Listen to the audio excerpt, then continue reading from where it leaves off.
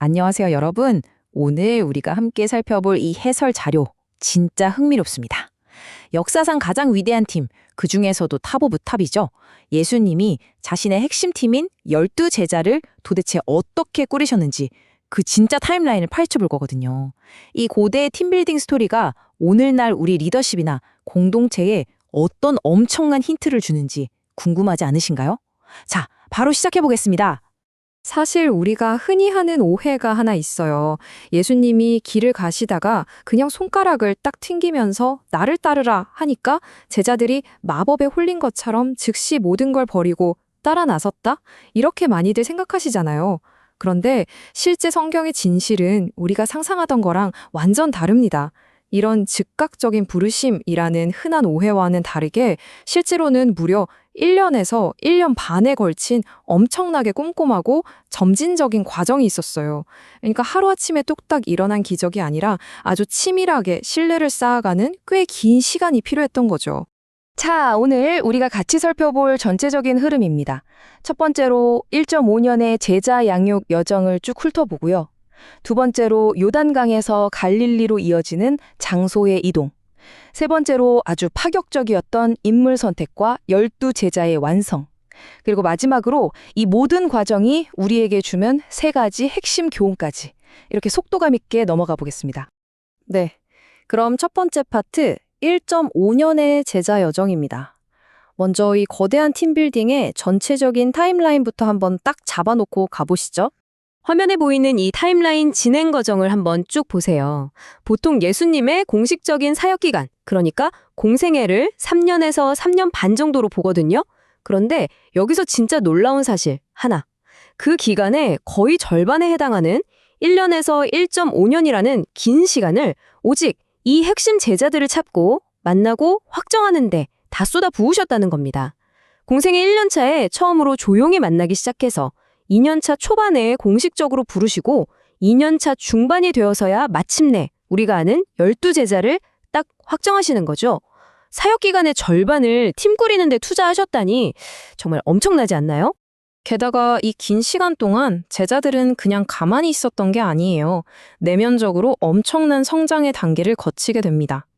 처음부터 내 모든 걸 바치겠습니다 이러고 시작한 게 아니라는 거죠. 처음에는 그냥 저분 누구지? 하는 호기심을 가진 구도자로 시작했어요. 그러다가 가르침을 들으면서 점점 그분을 따르는 추종자로 발전했고요. 그리고 마침내 마지막 3단계에 이르러서야 자기 생업이랑 모든 걸 내려놓고 완전히 따르는 사도로 진화하게 되는 겁니다. 굉장히 체계적인 스텝이죠. 자, 그럼 두 번째 파트, 요단강에서 갈릴리로 넘어가 보겠습니다. 이 놀라운 관계 구축의 여정이 지리적으로 어떻게 이동하는지 그 흐름을 따라가 볼게요. 이 초창기 만남의 과정은 아주 명확한 패턴을 보여줍니다. 먼저 공생의 1년차, 그 첫 번째 무대는 바로 요단강 근처였어요. 여기서 예수님은 원래 세례 요한을 따르던 사람들과 처음으로 교류를 시작하시죠. 안드레, 그리고 아마 사도 요한으로 추정되는 한 제자, 또 베드로, 빌립, 나다나엘까지. 이 5명 정도의 제자들은 무슨 거창한 명령을 받고 온 게 아니에요. 그냥 아주 자연스러운 만남, 그리고 대화를 통해서 서서히 예수님을 따르기 시작했던 겁니다. 여기서 우리가 진짜 주목해야 할 포인트가 뭐냐면요. 도대체 어떻게 이 초기에 그 깊은 신뢰를 얻어내셨냐는 거예요. 나다나엘의 에피소드가 이걸 기가 막히게 잘 보여줍니다. 친구 빌립을 따라온 나다나엘한테 예수님이 이렇게 말씀하세요. 네가 무화과 나무 아래 있을 때에 내가 보았다. 와, 이 지극히 내밀하고 개인적인 통찰을 딱 던지시니까 나다나엘이 거기서 바로 깊은 신앙 고백을 해버립니다. 그러니까 초기 단계의 신뢰라는 건 어떤 강압적인 요구가 아니라 이렇게 친밀하고 인격적인 터치를 통해서 아주 자연스럽게 쌓여갔다는 거죠. 그렇게 시간이 흘러서 드디어 공생의 2년차 초반이 됩니다. 무대는 갈릴리 호수로 바뀝니다. 각자 원래 자기 삶으로 돌아가서 열심히 어부일을 하고 있던 제자들에게 예수님이 다시 찾아가시거든요. 밤새도록 고기를 한 마리도 못 잡아서 허탈해하는 베드로한테 깊은 데로 가서 그물을 내려라 하고 엄청난 기적을 딱 보여주십니다. 그리고 나서 바로 그 유명한 명대사를 날리시죠. 내가 너희를 사람을 낚는 어부가 되게 하리라. 여러분 생각해 보세요. 앞선 1년 동안 차곡차곡 쌓아온 깊은 신뢰가 이미 밑바탕에 딸려 있었어요. 거기에 이 압도적인 기적과 부르심이 더해지니까 베드로, 안드레, 야고보, 요한이 마침내 자기들의 배와 그물을 미련 없이 다 버려두고 예수님을 전적으로 따르게 된 겁니다. 이제 세 번째 파트, 파격적인 선택과 사도의 완성입니다. 이 팀빌딩 과정이 얼마나 사람들의 예상을 뛰어넘었는지 한번 보시죠. 갈릴리 호수를 지나서 가버나움 세관에 이르렀을 때 예수님은 마태라는 사람을 제자로 스카우트하십니다. 근데 이거 당시로서는 진짜 대박 사건이었어요. 세리라는 직업이 당시 로마 제국 앞잡이 노릇하면서 동족들 피눈물 나게 하던 그야말로 사회적 매장 대상 1호였거든요. 완전히 죄인 취급받던 사람이에요. 그런 사람을 자기 핵심 팀원으로 딱 발탁했다? 이건 그야말로 파격 그 자체죠. 세상의 자격증이나 사회적 지위 그런 거 다 뛰어넘는 완전히 차원이 다른 하나님의 파격적인 은혜가 이 팀빌딩의 핵심 원동력이었다는 걸 정말 잘 보여줍니다. 그 후 공생의 2년차 중반, 드디어 이 어벤져스 팀의 최종 완성 단계가 옵니다. 수많은 추종자들을 이끌고 산 위로 올라가셔서 도마, 작은 야고보, 다데오, 가나안인 시몬, 그리고 가룟 유다까지 추가해서 우리가 아는 그 최종 12명의 명단을 픽스하십니다.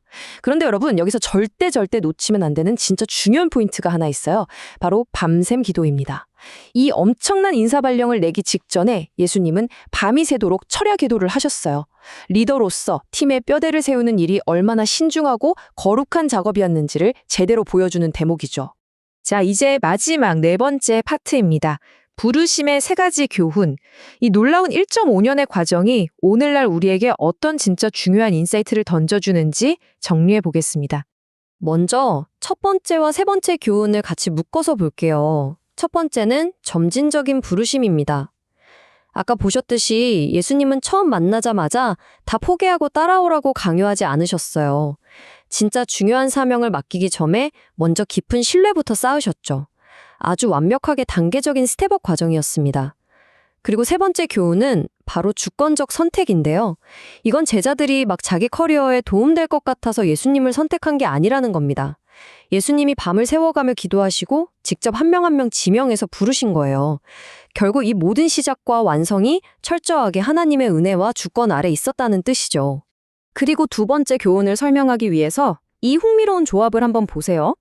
매일 금을 던지던 평범한 어부들, 로마 앞잡이라고 손가락질 받던 세리 마태, 반대로 로마 제복을 엎어버리겠다고 무장투쟁하던 극단주의자 열혈당원 시몬. 와, 요즘 기준으로 치면요, 이 사람들 한 방에 단 5분만 같이 둬도 바로 멱살잡이 할 정도로 완전히 극과 극인 배경이잖아요. 그런데 이 놀라운 대비가 의미하는 게 뭘까요? 청교도들이 말했던 그리스도 안에서의 통일성, 이 바로 이겁니다. 성향도 배경도 정치색도 완전히 다른 사람들이 오직 예수 그리스도라는 한 가지 목표 아래 완벽하게 한 팀으로 뭉친 거예요. 진정한 공동체의 기적을 보여주는 셈이죠. 자, 이제 오늘 이 흥미로운 해설을 마무리하면서 여러분 스스로에게 이런 질문을 한번 던져보셨으면 좋겠어요. 완벽하신 예수님조차도 누군가에게 중대한 사명을 맡기기 전에 무려 1년에서 1년 반이라는 긴 시간을 투자해서 인격적으로 교감하고 신뢰를 쌓으셨는데 혹시 우리는 지금 누군가를 세우고 관계를 맺는 과정을 너무 성급하게 빨리빨리 해치우려고만 하는 건 아닐까 하고 말이죠. 사실 사람을 키우고 진짜 관계를 맺는 데는 지름길이라는 게 없거든요.